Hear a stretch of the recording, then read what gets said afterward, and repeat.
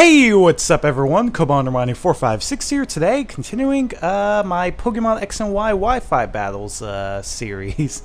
And today I have a very special guest, so why don't you go ahead and introduce yourself? What's up, guys? I'm HoodlumScrafty. And yeah. Awesome, glad to have you here, dude. And yeah, so we have ourselves a Pokemon battle right here.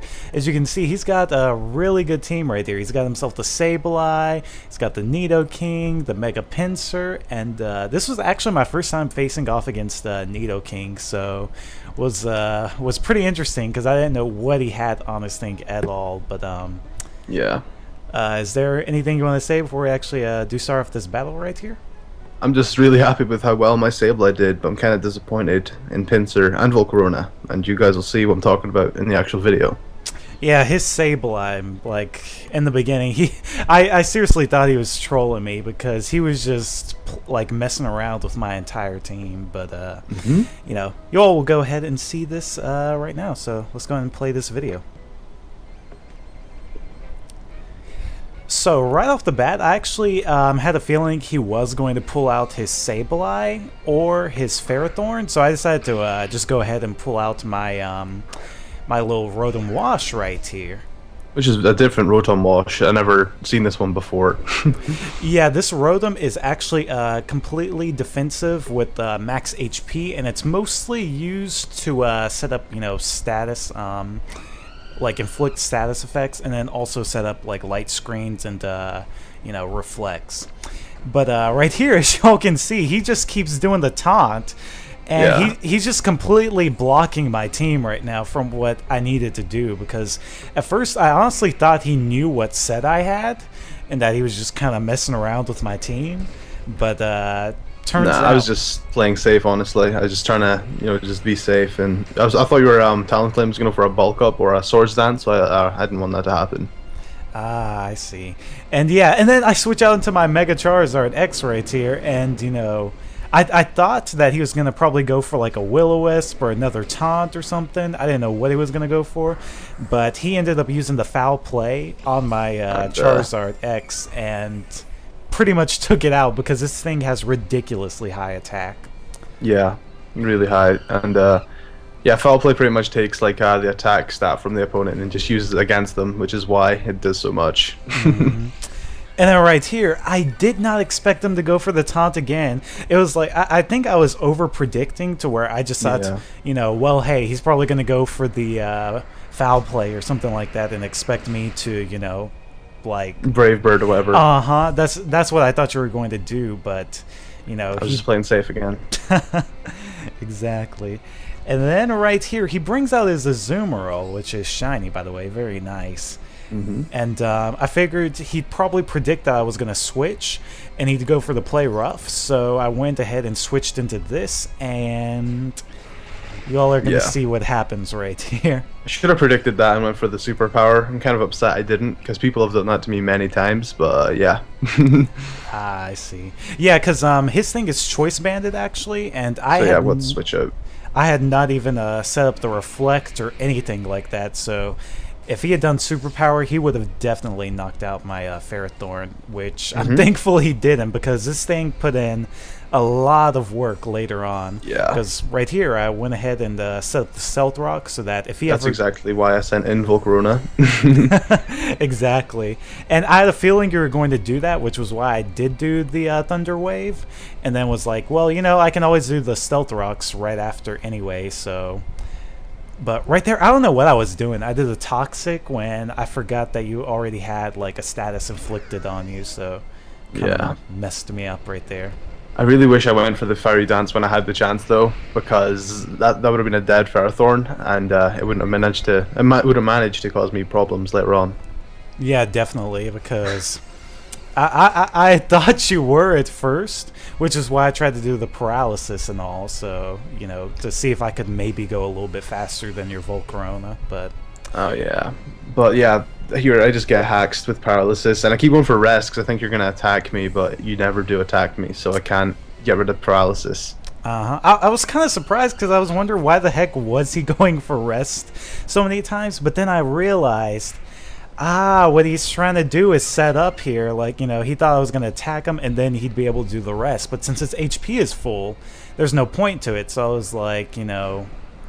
Yep, I wish I went for Bug Buzz or just tried to get damage off on your Pokemon, but I just thought you were going to go for the Brave Bird instead of setting up a Swords Dance, which that really did screw me over. That whole Volcarona thing really did mess me up.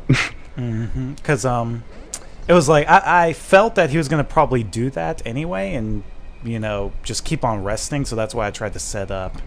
And right here, since his Sableye out of the way, I can finally go ahead and put a Will-O-Wisp on something. Yeah, I just sent this guy out because I knew that you'd have to attack me if I could set the Stealth Rocks up. So, you know, whenever you switch out and switch back in, he's gonna, you know, die or whatever. Yeah, exactly. And that's why I was just like, alright, well, let me go ahead and go kamikaze right here and just kill off this thing right now while I have the Swords Dance up and while I have my thing here. And I thought you were gonna I thought that was gonna take him out. I was really happy, and yeah. I know, and then when I saw this, I was like, holy crap, I actually had 9 HP left. Because the thing about my Talonflame is that I put full HP on it, since I usually use Brave Bird anyway, or Will-O-Wisp. So, you know, priority with that. And if I ever do run into another Talonflame, instead of trying to have a speed tie against it, you know, I'd rather it just hit me. I'd be able to take the hit and then do a Brave Bird against the Talonflame and then be able to take it out. So yeah. But right here, my light screen wore off, and I went ahead and decided to go ahead and put my Blastoise in here, which is my Rapid Spinner, because I was about to actually get rid of the Stealth Rocks, but I didn't know what this Nidoking had, so it kind of surprised me when he went for the Thunderbolt, and I was like, oh snap. Yeah, this thing is a Choice Scarf Nidoking. Not everyone uses that. Most people run Life Orb, but I run Choice Scarf just to outspeed things like Noivern. A modest Noivern that is. I can't outspeed a timid one, but a modest one, I can outspeed that. Oh, and nice. yeah. Okay. It's just funny.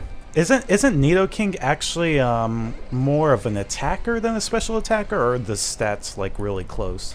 Yeah, they're really close. They're kind of like Greninjas, I guess. But yeah, he's definitely more of a physical attacker because they boosted his physical attack in this gen. But I prefer special attacking Nidoking. Ah, I see. Now right here, I switched to my Ferrothorn because I thought, well, hey, after the Thunderbolt, he's not going to go for, you know, another Thunderbolt, which was why I thought, hey, I'll be safe to go ahead and switch into my Blastoise and then it'll die after the burn. But he actually ends up going for it again. And then, you know, as he just mentioned a few seconds ago, he was Choice Scarfed, which was the reason why he actually did go for the Thunderbolt again, because he was pretty much forced to. So that kind of took me off guard right there. Yep, and my last Pokemon is Mega Pinsir. and this, I was kind of scared of because I switched into it. I switched into my Rotom right here and was like, oh snap, you know. You thought it was Mold Breaker. I thought it was Mold Breaker. I thought he was about to do an Earthquake on me. But then I realized he was doing the Swords Dance. And because I didn't want to miss the Will-O-Wisp, I was just like, you know, let me go ahead and do the Reflect, cut your attack in half. And then afterwards I can do the Will-O-Wisp, which is what I do right here. I thought you were going to do that the first time, which this is the reason why I Swords Danced. If I knew you were going to just set up a Reflect, I was going to Mega Evolve, or I would have Mega Evolved, but yeah, I'm just trying to get a Moxie boost here, really. But you switch into Ferrothorn, so I get recoil damage from when I use X-Scissor, which really does suck, but yeah. Yeah, that's what I really do love about Ferrothorn. It's like, all you need to do is just set up, you know, Stealth Rocks and do a Paralysis or something. And then afterwards, you know, it can just take hits from, like, certain attacks later on and kind of get some recoil damage on some things. I really like to use it against the Dragonites for that reason, to break multi-scales and whatnot. Oh yeah, just, you know, if they go for a Fire Punch, it's gonna do recoil damage to them and all that. But I go for the Earthquake just so I don't get any recoil damage done to me. I knew I hadn't like won the battle, but I was really upset with how much damage it didn't do to the Ferrothorn there. Yeah, because this Ferrothorn has max HP, max defense, and then not only that, he's burned, and there's a Reflect up, so it really cut down the attack, and I managed to survive right there with 3 HP, but Yeah, that's the battle. You still had the Salamence waiting in the wing, so I mean, either way you had one, but I was hoping I could take out the Ferrothorn just so it's not as bad of a loss for me, but either way it was a good battle. Yeah, it was. I was really genuinely surprised by how good the Sableye was and, you know, what your Nidoking had. Because the moment I saw Thunderbolt, I was like, the heck? I thought he was going to go for something else that was like physical. Like a Fire Blast. Yeah, exactly. Because the funny thing was that on my Blastoise, I put on it an Assault Vest to make sure that if, you know, any grass or, you know, electric special attack hit me, you know, it could cut the attack in half, but I didn't expect it to be needed right there. So yeah, it was kind of two-shot him. That was really, really powerful, Nidoking. Yeah, indeed. But thank you again for joining me, Callum, in this Wi-Fi battle video. That is fine. Thank you for having me. No problem, dude. And if you all have not checked out his channel, make sure to go ahead and do so right now. I'll put the link to his channel in the description below. He does a lot of Pokemon X and Y Wi-Fi battles, and he also has a lot of you know, Pokemon content on his channel, basically. And you actually reached 40K recently as well, right?